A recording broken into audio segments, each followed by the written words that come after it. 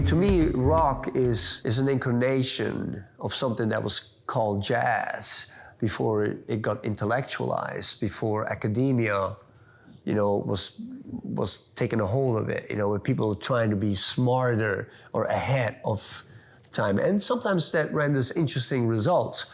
Classical music, the same thing happened too, like after Stravinsky, we have the postmodernisms and, we have 12-tone musics where music became completely academic.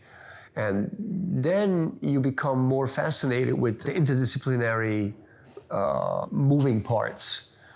And that can be very, very fascinating, and it's almost like a scientific task, and there's beauty in it. Like the problem is like it doesn't matter what you do, you can create beauty, but I think coming back to, I want to share something authentic with people. And if I speak a language that nobody can understand, then I can't complain about being locked up in an ivory tower, which doesn't mean that the music is bad. This unfortunately happened like jazz. Jazz has the most vast vocabulary of like interdisciplinary technology, I would say, including classical music. Jazz has been probably like the apex because it includes the instant composing, which was made possible by the ability to record audio. So that was something that would have probably happened 400 years before with Mozart and Bach.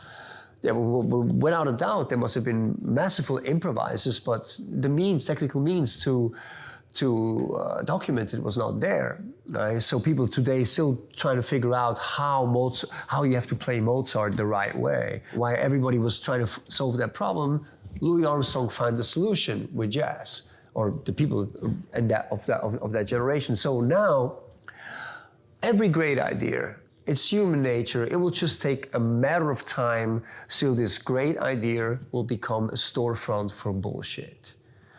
So the revolution's got to continue. And I see myself a part of this revolution. That's what I'm fascinating with, because what I do is nothing new.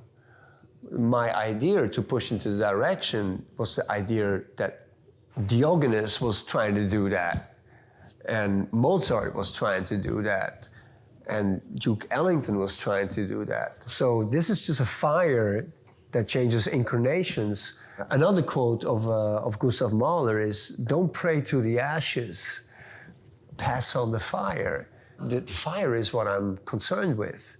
The fire of like the human values of discovery and evolution and reaching the full potential. Now, when you talk about a rock show, well, in most things that have the label rock, I don't find rock anymore, because rock to me has something to do with what I just explained. Is discovery, is challenging the status quo, is challenging the establishment, challenging the way your parents did it, rebel against it.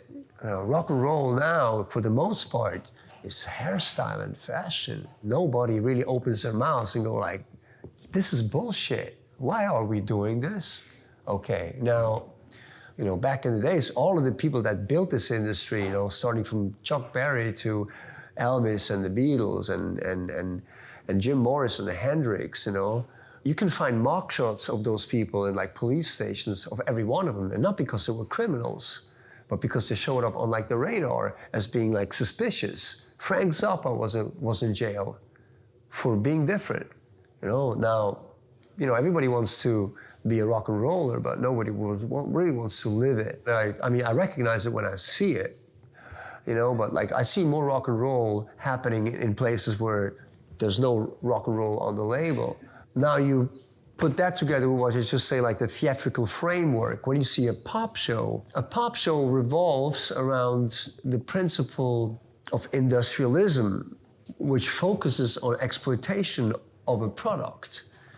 And you use, time-proven components like dramaturgical components. Okay, you go to a pop show, And they have all the lights and they have all the holographs and, you know, whatever the new technology brings in, which, you know, gives can look very, very astounding. But in every rock show that you see, the band will play for an hour and then they will leave stage. They will just disappear.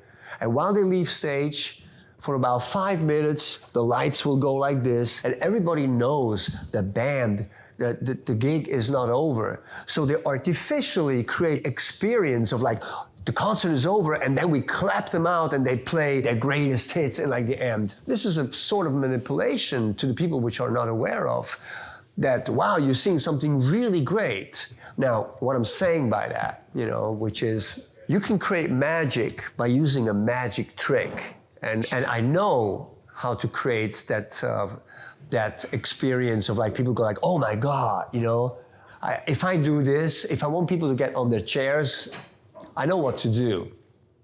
I mean, it's not very difficult for me to do that because I studied the theatrical presentation and entertainment too. But what I'm more concerned with right now is like to create real magic without a trick. Create the same effect without a trick. That's more difficult because it requires real honesty. You know, dealing with something more profound, you need inside the narrative to make it entertaining. You need dramaturgical structure, but I choose not to use the dramaturgical structure that everybody else uses, because if I would never find or never discover something new.